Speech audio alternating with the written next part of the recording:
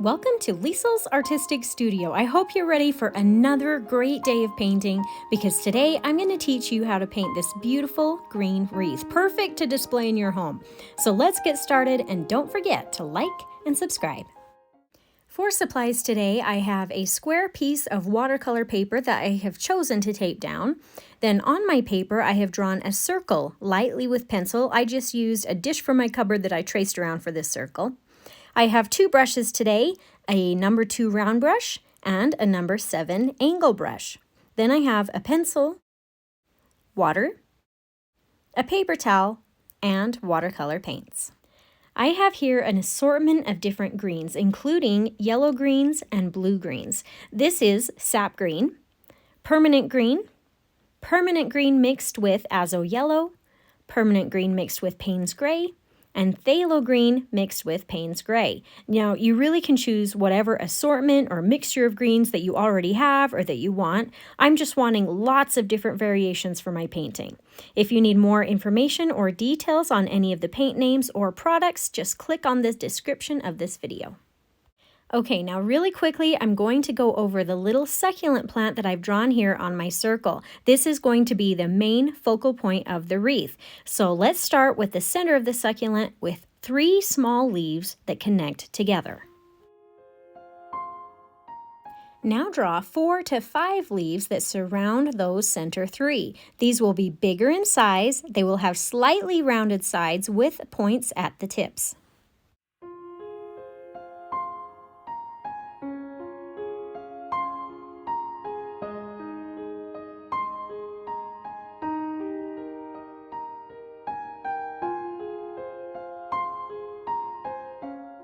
Now we're going to draw leaves using that same shape that surround those leaves. You'll probably want to have between 8 to 10 leaves, and it might even be a good idea to have some of them overlap each other a little bit. These will also be slightly bigger than the ones you just drew.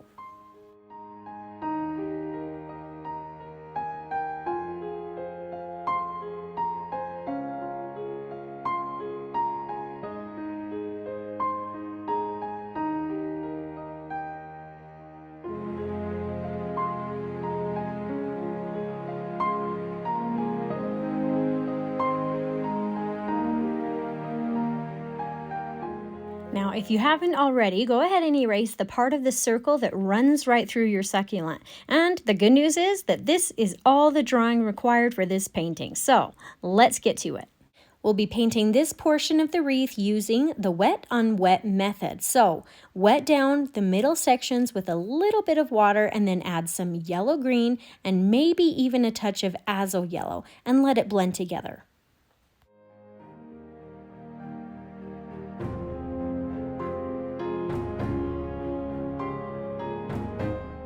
I might even add a little more yellow-green right here in the center just to darken this up a little bit.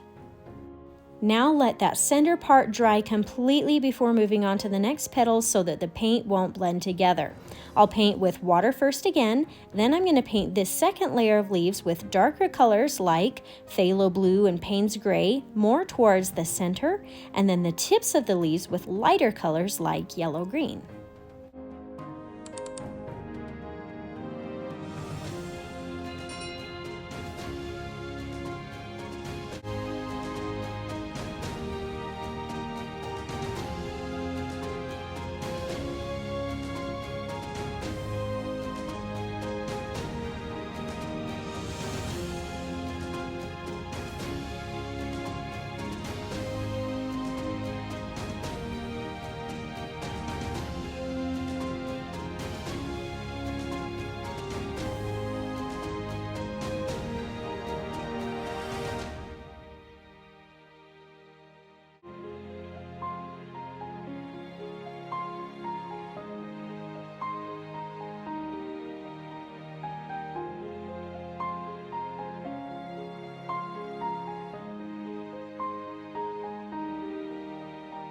Now for these outermost leaves, I'm going to make them the darkest value. So after I've got the water painted, I'll put some of this dark permanent green mixed with Paynes gray near the center.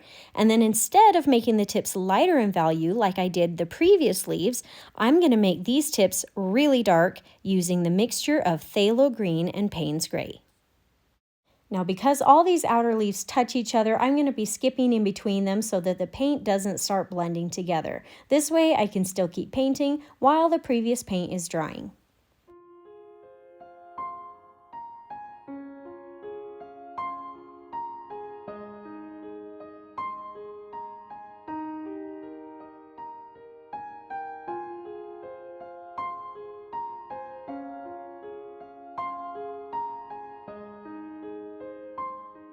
Then when the leaves are dry, I can go back and paint in between them.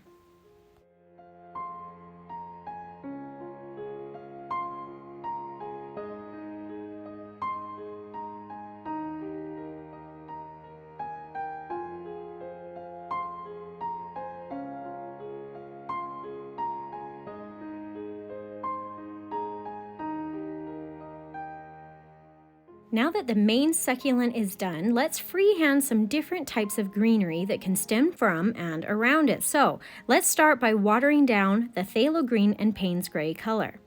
Then paint 2 or 3 thin lines for the stems using the round brush.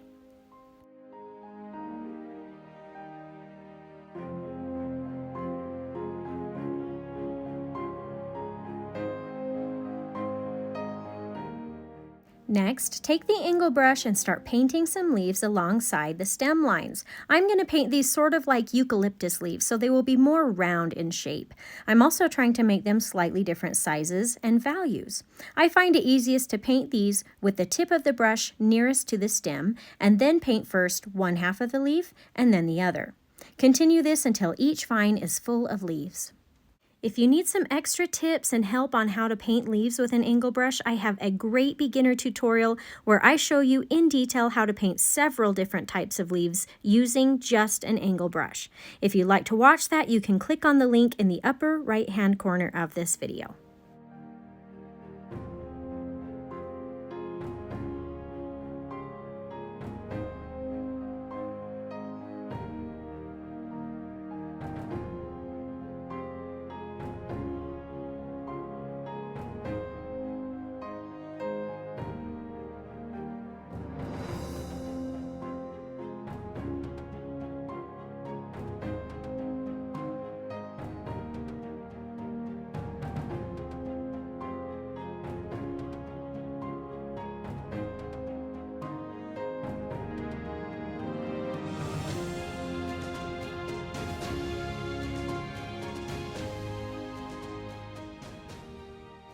Okay, let's move back to the small round brush and paint about 3 more stems using the sap green. These stems should be shorter in length than the first ones.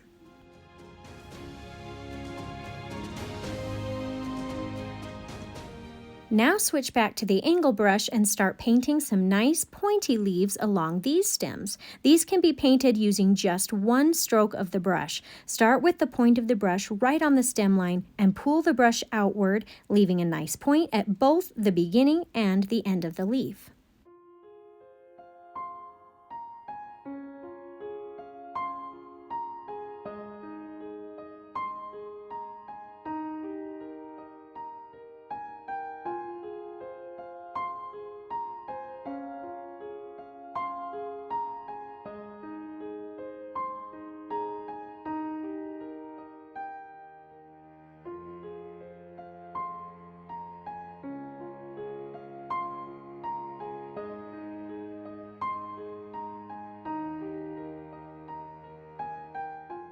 As a last-minute decision, I am adding in another small branch of these leaves.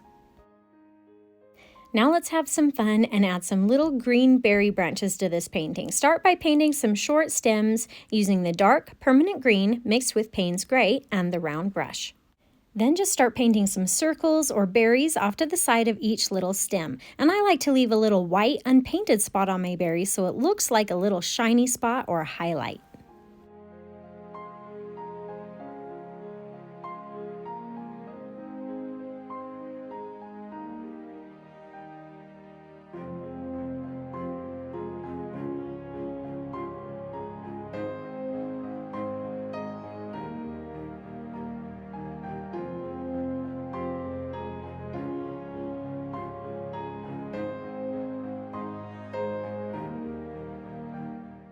Now I'll really quickly go back in and paint some small thin lines that connect the berries to the branch.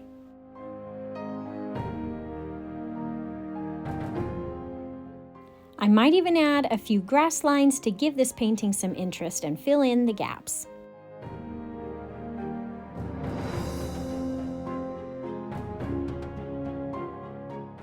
Now that my wreath is pretty much done, I'm going to go ahead and just quickly touch it up and fill it out just a little bit more with some extra berries, grasses, and a few more of the pointy sap green leaves.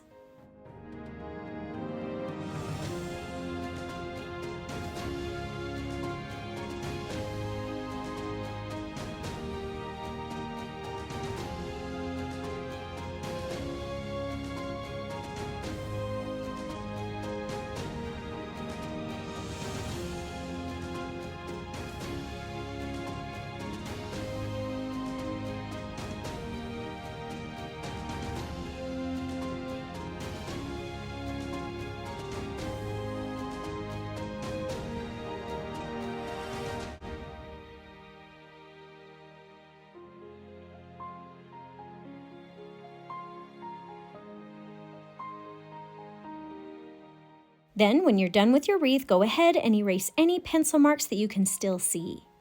And here is your beautiful green wreath, perfect for a lovely decor piece to hang in your home. If you want to, you can also write a word in the center of your wreath for a fun finishing touch. Thanks for watching today. If you enjoyed this tutorial, please consider subscribing to my channel so I can continue to help you discover your artistic side.